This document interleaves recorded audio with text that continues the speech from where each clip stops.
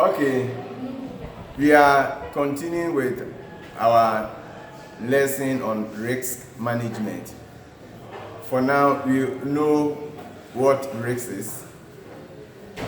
We have also talked about what risk management is all about. And before we even did what risk management is, we talked about kinds of risks, where I told you to take particular notice of pure risks and speculative risks. Today, we are continuing with our lesson on risk management.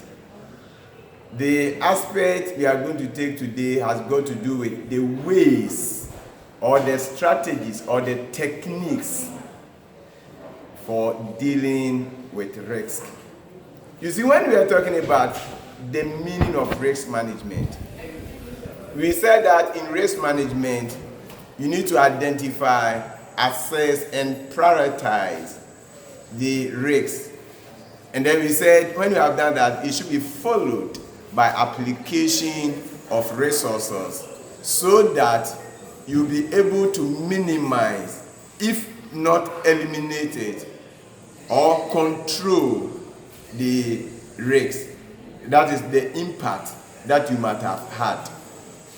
Now that you have assessed or you have identified and assessed the risks, we learned even in the definition of risk management, but one of the strategies or one of the techniques or one way you can deal with risk.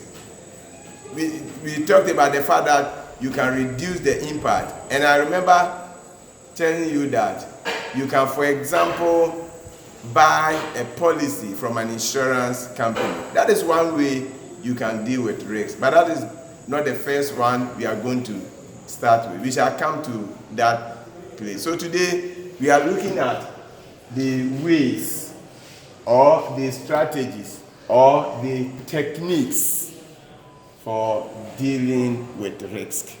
And we are looking at 4 of them. Very simple, straightforward strategies. You see, if somebody doesn't buy a car, the car will never be involved in an accident because you don't have a car. But if you decide to buy a car, you enter into transport business and you buy a car. Let's say these VIP buses. If you buy one, once you buy one, then the car might be involved in an accident. Remember, I said might because it may or may not. Might be involved in an accident. And then if you have not done something, you will lose that car. But if you don't want that accident at all, then the only thing you can do is not to buy the car. And that is one way to deal with risks. And that is what we call avoidance. So you can decide to avoid the risks by not entering into any venture. So if you decide that you will not enter into transportation business, you will not be involved, your car will never be involved in an accident. If you are not operating a fuel or filling station, certainly the fire will not destroy that fuel. So if you the best way to avoid risk, 100%, is not to enter into business. But remember, if you also don't enter into the business, then the profit or the benefit that you would have had if you had entered into the business, you will not get it. If you think that if you travel abroad, if you decide to travel by air, you want to travel by air, you want to go to any of these foreign countries, Dubai or wherever, to buy goods, and you think that, hey, if I go, the plane may be hijacked, and that what happened, what Osama bin Laden did may happen to me, so I'm not going to travel. Then certainly, whatever benefit as others also travel to the place and then they bring you, not get it. So if you don't want any risk, then just avoid it. That is as simple as that. So one way to deal with risk is to avoid it. Another way, if you cannot avoid it, then you need to reduce it. So you put down strategies to reduce it. In your transport business, the driver should be well trained. If the driver is well trained, the probability of the car being involved in an accident will be less. How often do you hear that the STC, that bus has been involved in an accident? How often? You see, the drivers are well trained. I have a friend, at times I call him and he tells me he's in Côte d'Ivoire. For what? For training. You see, they train their drivers very well. They want to reduce the accident. Once in a while, the accident might occur, but you can reduce it. If you have a store, let's say, for example, a provision store, a supermarket, you can reduce the risk of stealing or theft or whatever it is by getting security cameras. Once people get to know that you have security cameras there, they are not likely to steal from your store. If you have that round mirror that I talked of the other time, that can capture the whole area of the store, people are not likely to steal. If you have a security man there, you reduce it. So you have to put down strategies that would bring to bear reducing the risk to its minimum level possible. So that is another way you can deal with risk. Another way is very simple, straightforward. You see, you don't want to avoid it, because when you avoid it, you don't get the profit. You cannot reduce it. Whatever you do, it must occur. So what do? You accept it. You accept it. Once you accept it, then you bear the risk fully. So you enter into the business. When the risk occurs, you certainly accept it, and then you bear the risk yourself. So that is acceptance.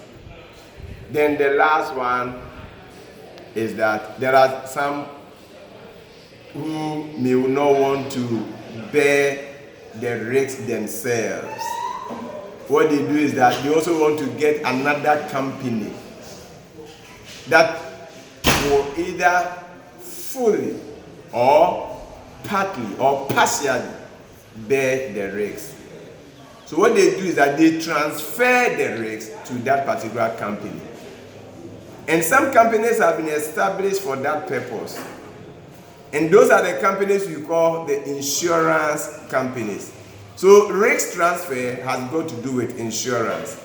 So what the businessman does is that instead of he accepting the risk and bearing it himself, what he does is that he will go to an insurance company, he buys a policy. The policy will be the risk. So, for example, he thinks that fire may destroy or might destroy his business. So he goes to an insurance company and he buys fire insurance policy.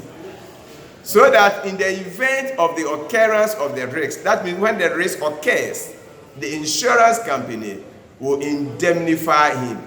Put simply, they will restore him back to his former position. It's another way you can put it is that if the fire destroys his business and it costs him, let's say, 20,000 Ghana cedis, if he has paid all that he's supposed to pay, then the insurance company will pay the 20,000 Ghana cedis to him. And that is what you call risk transfer. So risk transfer has got to do with insurance. So you see, this will move us to our next topic. That will be insurance. So when we meet again, we'll be talking about insurance. We learned about what insurance is. We learned about some of the terms you come across when you are learning insurance. We learned about the principles in insurance. and so on. The insurance policies available. Then we shall look at the benefits or the importance of insurance. So that brings us to the end of today's lesson. We looked at the strategies or the ways or the techniques for dealing with risk. And then we said you can decide to avoid it. We said you can reduce it. We said you can accept it. Then we said you can transfer it to another company, and that is the insurance company. Have a nice day, and remember to do the assignment I gave you when you were going home. Very soon you come back to school. October is just at the corner. Today we have some few days for this month to come to an end. So if you have not been, if you have not started your assignment, better do that. We'll meet again another time. Thank you.